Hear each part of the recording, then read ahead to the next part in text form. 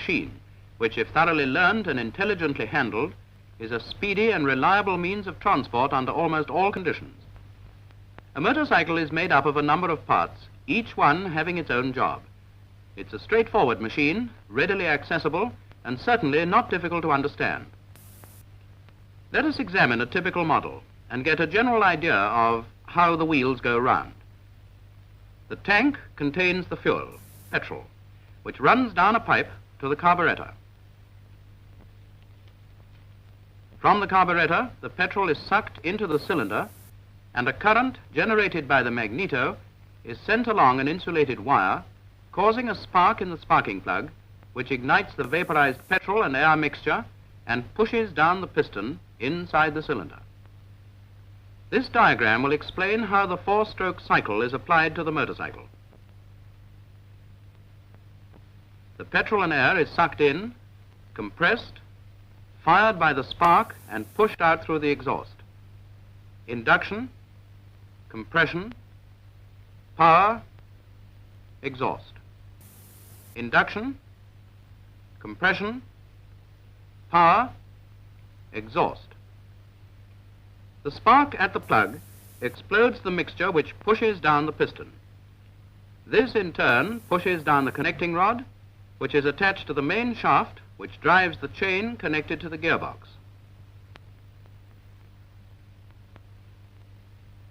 From the gearbox, another chain transmits the power to the rear wheel. That gives you a very elementary idea of the workings of a motorcycle. These movements are controlled from the handlebars, so we'll examine the different controls. On the left are three controls: ignition control, exhaust valve lifter, and clutch lever. This is the ignition control lever. It is used to advance or delay the spark which ignites the vaporized petrol, which you saw in the diagram just now. On this machine, you advance by moving it towards you and delay by moving it away from you. On some machines, the actions are reversed. Underneath is the exhaust valve lifter, which raises the exhaust valve off its seat and allows the piston to be moved over compression for starting. This cutaway model shows the exhaust valve on the right as it is being raised off its seating. The exhaust valve closes when the lifter is released. Here is the clutch control. By moving it like this, the clutch becomes disengaged and so allows the rider to change gear. A skeleton clutch shows the action of the clutch plates as they are opened and closed. On the right are three more controls: the air lever, the throttle, the front brake.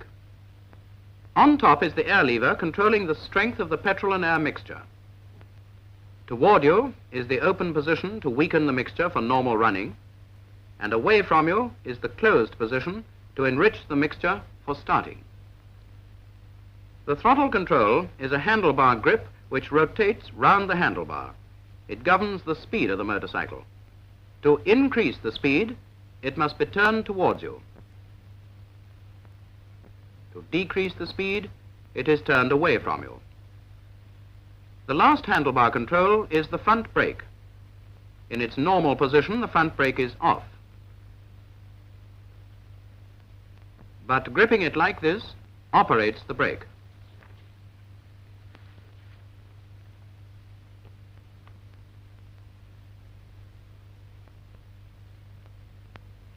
In addition to handlebar controls, there are two others. One is the rear brake pedal. This is operated by depressing it in the direction of the ground, and so operating the rear brake.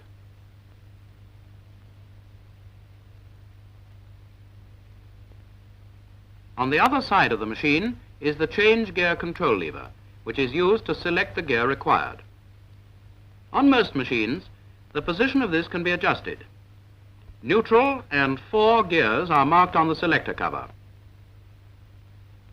1, 2,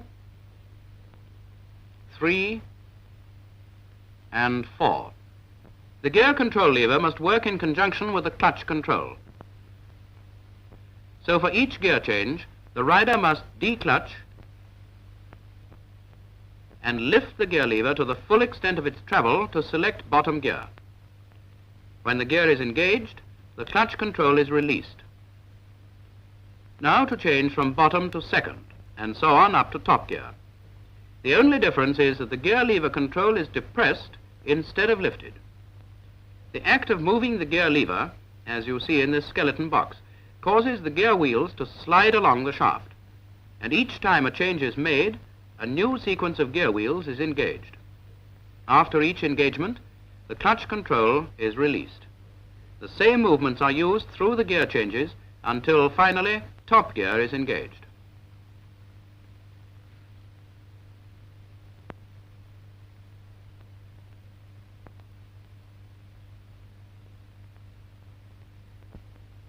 Now for changing down.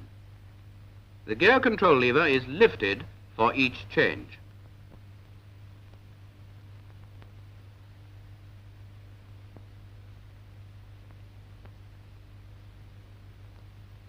You will notice that the gear lever is moved to the fullest extent of its travel and with the toe of the boot.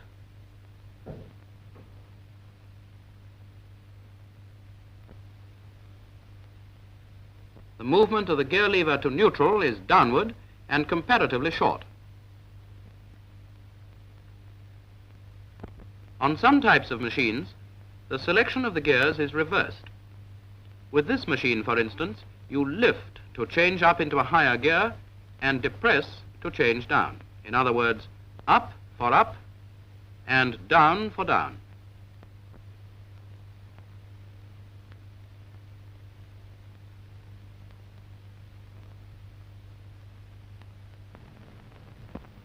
Before we proceed beyond the elementary stages, it must be remembered that all motorcyclists made a similar elementary beginning.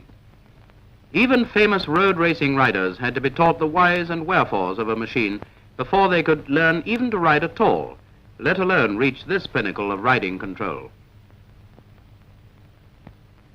This applies also to expert cross-country trials riders, where control is just as vital.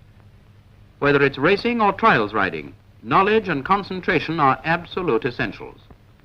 The foundations of learning to ride must be well laid. A bad habit at the beginning is very difficult to cure, but a good habit is never lost, and it's just as easy to learn. Every one of those fine motorcyclists started his riding career like this, getting the feel of the machine when he got astride it for the first time. This pupil is already finding that the whole secret is a balanced machine with its weight in the right place, on its wheels. This elementary lesson is important because it helps to give the learner self-confidence. By wheeling the motorcycle about, you can get its weight and find that, though it is of course much heavier than a cycle, it is not unwieldy, but a well-balanced machine. As long as you can keep it balanced on its wheels, a motorcycle can be controlled with little strength.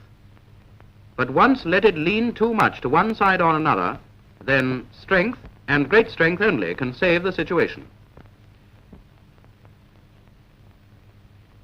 There is a right and wrong way of putting the machine on the stand. This is the wrong way, because he's trying to lift the machine. The motorcyclist must learn to manhandle his machine with a minimum of fatigue.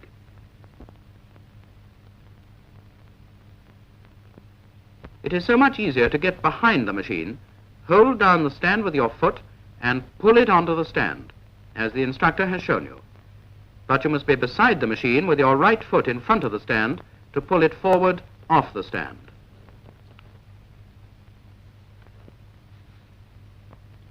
By taking your first trip under man instead of machine power, you can soon learn to keep your balance, because you only have balance to think about.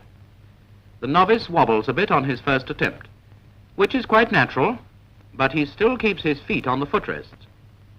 It is surprising how quickly the balance is found, and with that discovery comes your confidence. In addition, at this stage, you will learn to operate the brakes without looking or groping for them.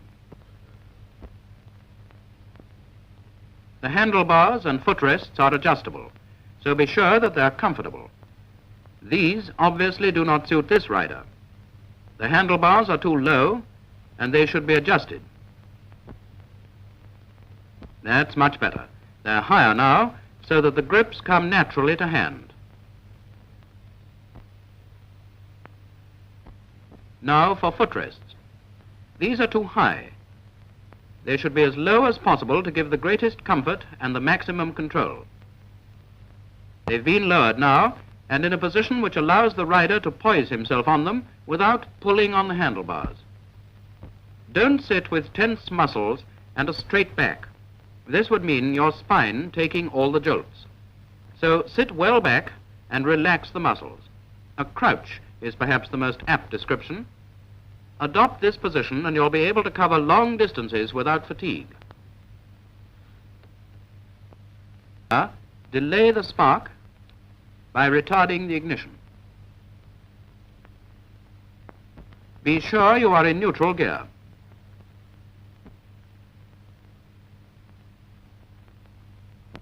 The kickstarter is next, so lean the machine against your left thigh. Place your foot on the kickstarter and press down so that the kickstarter mechanism is engaged. Continue to press down kickstarter until compression is felt. Just 3 more operations.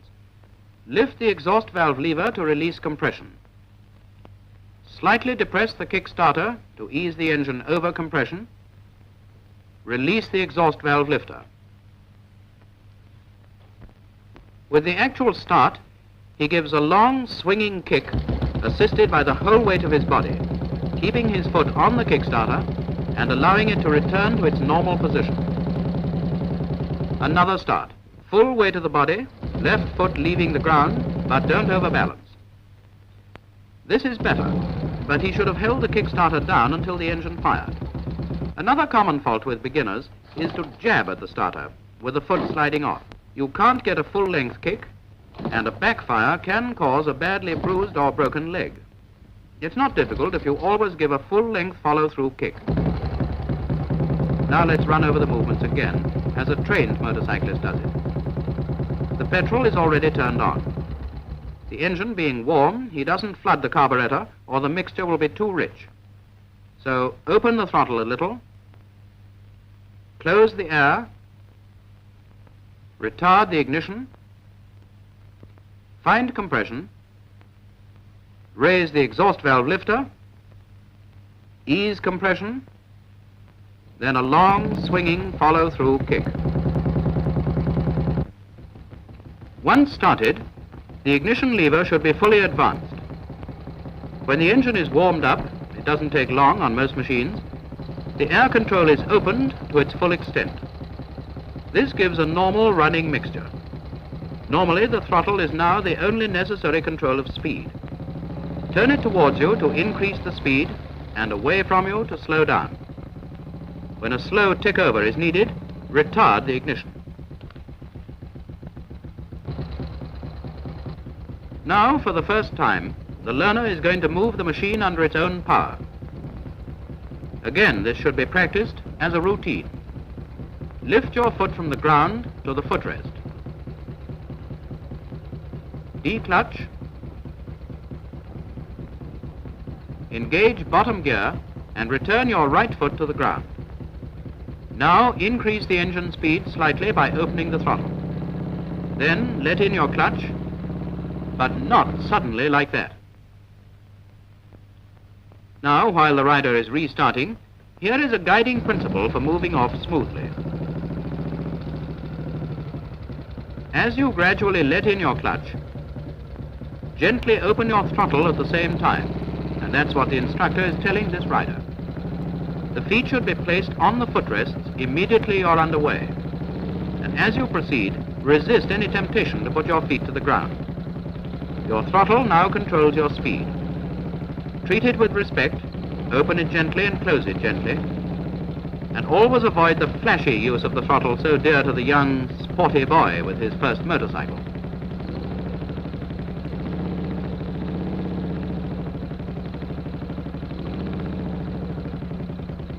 When the instructor leaves you, alone in the cold, hard world, keep your confidence. If you have retained the elementary lessons you've been taught, you have nothing to be afraid of. Once you've got balance, try to memorize where the controls are until you can use them all without any effort. Never slip the clutch.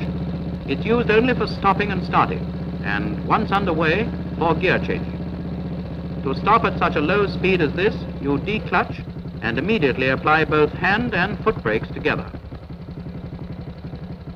Then select neutral. The gentleman vanishes. That's what happens to riders who not only miss neutral, but let their clutch in suddenly. Always engage your clutch gradually. A few straight runs with stopping and restarting after each run will give you good practice in the correct use of your controls, and you'll find that their use will become automatic.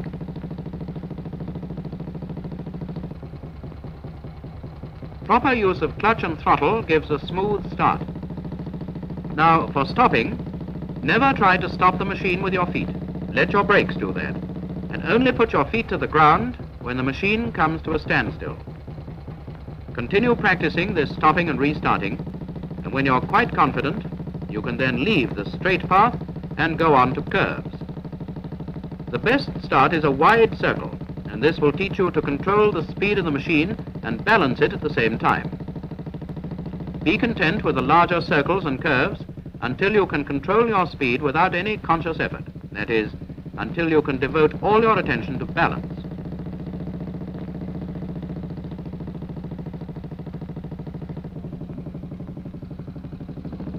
When this stage is reached, progress can be made to smaller circles and figure eights.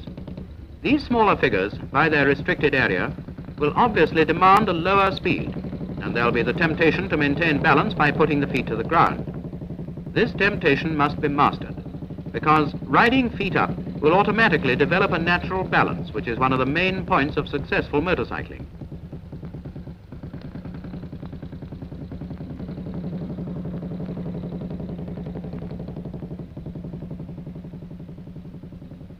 So far, only bottom gear has been used. Gear changing is the next stage. If you have to go on a road for this, choose an open road and a quiet one. Once underway, the second gear is engaged. So that you can see the smoothness of good gear changing, let's see it in slow motion. He slightly opens the throttle, disengages the clutch, simultaneously closing the throttle, and presses down the pedal. The clutch lever is slowly released and the throttle reopened. Once again, open throttle, disengage clutch and close throttle, depress pedal to full extent, release clutch and open throttle. In changing up, always use the sole of your foot, never the heel, and do not stamp, but press and make the movements deliberate. The whole movement should be almost imperceptible.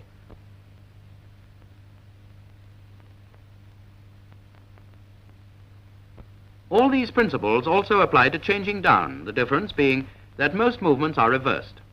The gear lever, for instance, is raised with the toe of the boot, and this again must be a deliberate lift and not an upward kick.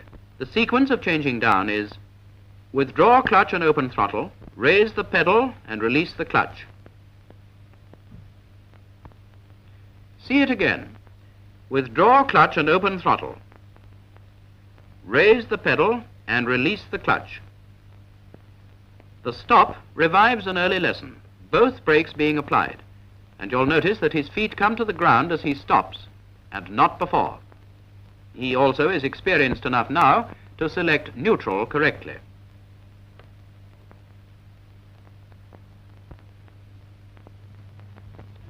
This practice in gear changing gives increasing confidence to a rider, and once it has been well mastered, you can devote your whole attention to the road, which may include bends and inclines.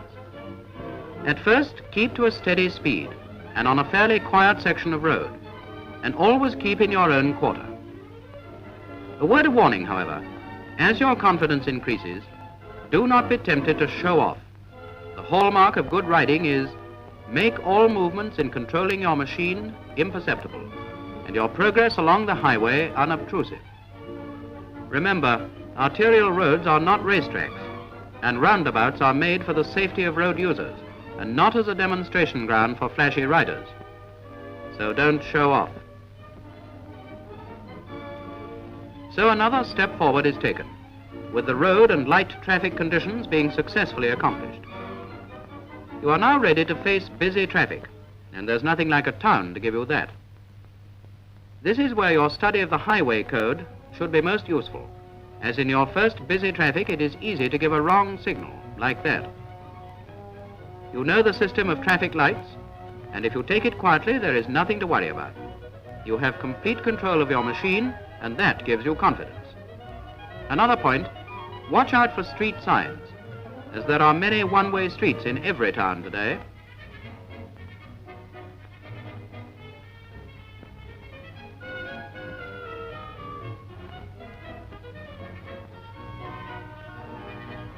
Towns are not always built on the level ground. There are often hilly streets on which you may have to stop. Restarting on a hill is therefore an important lesson, but it's better to learn this in the country. The rider is holding his machine with the front brake. The method of getting away is declutch, select bottom gear, transfer the braking to the rear brake, open the throttle, and as the clutch begins to take up the drive, gradually release the brake. This will give you a clean start. Let's see it again. Hold the machine with the front brake, declutch, select bottom gear, transfer the braking to the rear brake, open the throttle, release the brake as the clutch engages, and away you go up the hill. Another lesson has been learned. We'll get back to the level again and try bends and corners. Always remember this. Your speed must be regulated so that you can pull up well within the distance you can see ahead of you. This is most important when taking corners, and you should always have your machine well under control and ride within the limits of safety. This is how a rider should not take a corner. Take particular notice of the path he takes. He is also traveling too fast, making no allowance for taking the corner. He's a danger to himself and other road users. There is a correct path to take on all bends, and speed must be controlled before the corner is reached. Watch the rider's path this time, and see how he finishes in his own quarter of the road.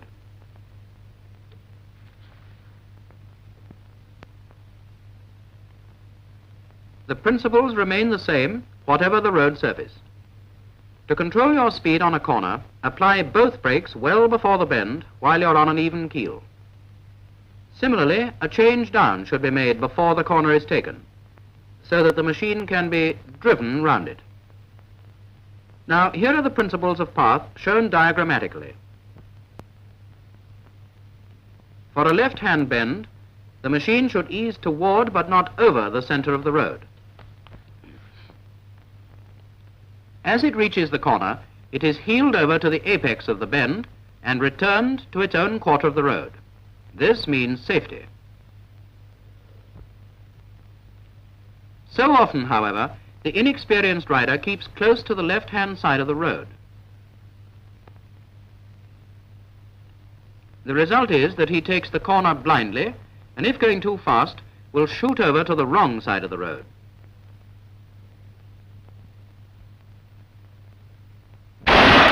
Similarly, with a right-hand bend, there is a great temptation to get over to the center of the road and cut the corner. Obviously, this is dangerous to both rider and oncoming traffic. Now see the difference when the correct path is taken. The corner must be approached in the left-hand gutter and the machine kept in the left-hand quarter of the road all the way round the bend.